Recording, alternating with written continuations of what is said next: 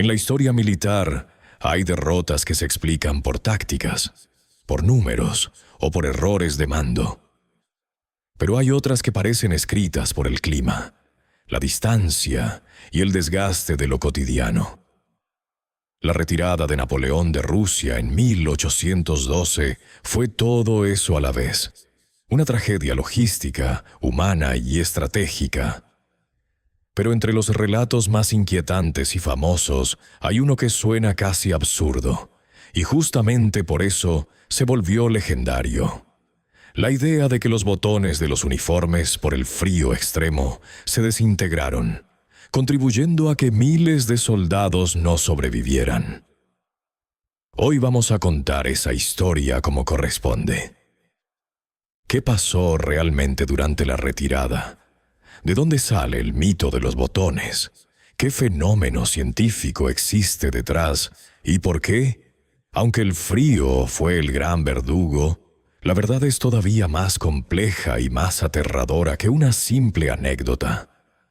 Todo empieza con una decisión que parecía invencible sobre el papel: la invasión de Rusia. Napoleón Bonaparte, en la cúspide de su poder, reunió una fuerza gigantesca, la Grande Armée, un ejército multinacional compuesto por franceses, polacos, alemanes, italianos y muchos otros. Era una maquinaria de guerra que había aplastado coaliciones enteras. Pero Rusia no era una campaña más. Era un territorio enorme, con caminos precarios, distancias brutales y un clima capaz de convertir cualquier error en una condena. Al principio el avance fue rápido, pero el problema no era ganar batallas. Era alimentar a esa masa de hombres y caballos. Los rusos se replegaron una y otra vez, evitando una destrucción total, y aplicaron una estrategia que se volvería decisiva: negar recursos, retirar provisiones y dejar atrás tierra arrasada. Napoleón avanzaba, pero cada kilómetro lo alejaba de sus depósitos, y cada día hacía más frágil la cadena que sostenía a su ejército. Cuando finalmente llega a Moscú, Napoleón encuentra una ciudad que no le da la victoria que buscaba. Moscú aparece vacía, hostil y en gran parte incendiada. No hay rendición clara ni un acuerdo definitivo. Y el tiempo se vuelve un enemigo silencioso. Esperar ahí era peligroso, quedarse peor, salir inevitable. Entonces llega la retirada, y es ahí donde nace la pesadilla. Imagina esto: no es una retirada ordenada como en los mapas. Es una columna interminable que avanza por caminos congelados, con nieve, barro helado y un viento cortante. Soldados con ropa deteriorada, caballos exhaustos, carretas que se rompen y una sensación permanente de que el invierno está cerrando la puerta detrás de ellos. La moral se quiebra, el hambre se vuelve cotidiana. Las enfermedades aparecen, y además, la presión constante de hostigamiento. Ataques rápidos de los cosacos que no dejan descansar a nadie. En ese escenario aparece el detalle más pequeño que se vuelve gigantesco. Muchos uniformes militares de la época usaban botones metálicos. En algunos casos eran de estaño o de aleaciones, con alto contenido de esteño. Y aquí entra en juego una palabra rara, pero real: la peste del estaño. La peste del estaño no es una enfermedad humana, es un fenómeno físico-químico. El estaño, a bajas temperaturas, puede cambiar su estructura cristalina. En términos simples, el metal puede pasar de una forma estable y brillante a otra forma frágil, opaca, que se desmorona como si fuera polvo o migas. Ese cambio se asocia a temperaturas frías sostenidas, especialmente por debajo de los 13 grados bajo cero, y puede acelerarse en ambientes de frío extremo. Es un hecho real, documentado en laboratorio y en objetos históricos, pero tiene un detalle clave: no siempre ocurre de forma instantánea. Depende de las impurezas. del tipo de aleación y del tiempo de exposición. La versión popular cuenta que durante el invierno ruso, el frío extremo habría provocado que los botones de estaño de muchos soldados se degradaran. Sin botones, los abrigos no cerraban bien. Sin poder ajustar la ropa, el viento entraba.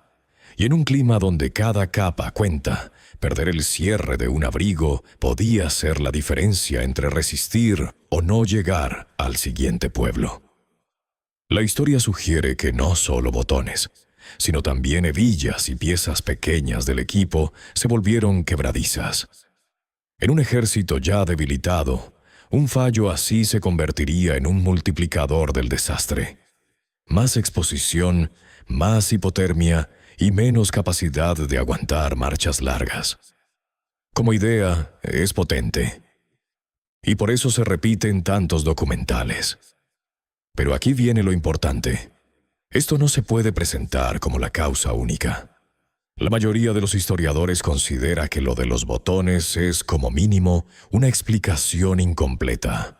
Aunque la historia de los botones es fascinante desde el punto de vista científico, la mayoría de los historiadores modernos considera que es, como mínimo, una explicación incompleta, y en muchos casos, un mito exagerado.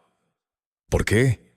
Porque la retirada de 1812 fue un colapso total provocado por múltiples factores, y el frío extremo fue solo el verdugo final de un ejército que ya estaba herido de muerte. Para entender la magnitud de la tragedia, debemos mirar más allá de los botones. Primero, la logística falló por completo. Un ejército de cientos de miles de hombres depende de un flujo constante de pan, forraje y munición. Cuando las rutas de suministro se cortaron, la grande armée comenzó a devorarse a sí misma. Segundo, el hambre fue devastadora. Sin calorías suficientes, el cuerpo humano pierde su capacidad de generar calor. El frío no golpea igual a un soldado bien alimentado que a uno que lleva días sin probar bocado. Tercero, el agotamiento y las enfermedades como el tifus hicieron estragos. Cuando un soldado no duerme, no come y camina kilómetros sobre el hielo, su sistema inmunológico desaparece. Cuarto, la pérdida de los caballos fue un golpe mortal. Sin animales no había transporte para los heridos ni para los suministros. Los cañones fueron abandonados y la retirada se volvió una marcha a pie desesperada y lenta. Y quinto, la presión constante de los cosacos rusos. Estos jinetes no buscaban una batalla frontal, sino un hostigamiento perpetuo que impedía a los franceses descansar o buscar refugio. Entonces, ¿qué lugar ocupa la historia de los botones en este desastre? La forma correcta de entenderla es como un símbolo de una verdad más profunda. En condiciones extremas, lo que mata no es un único evento catastrófico, sino la suma de pequeñas cosas que dejan de funcionar.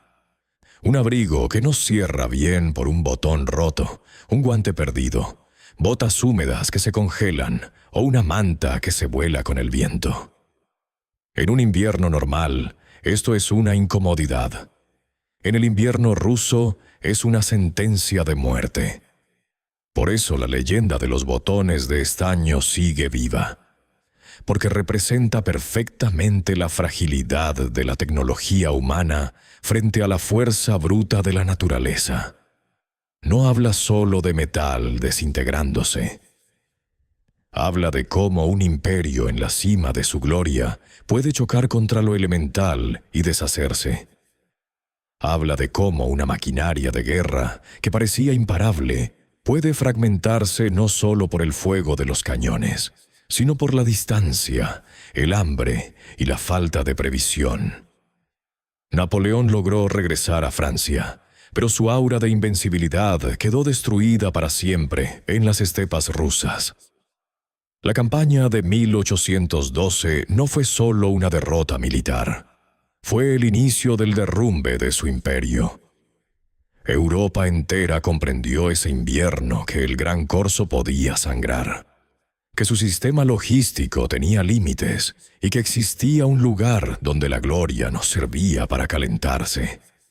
La próxima vez que escuches sobre los botones que condenaron a los soldados de Napoleón, recuérdalo como una lección de humildad histórica.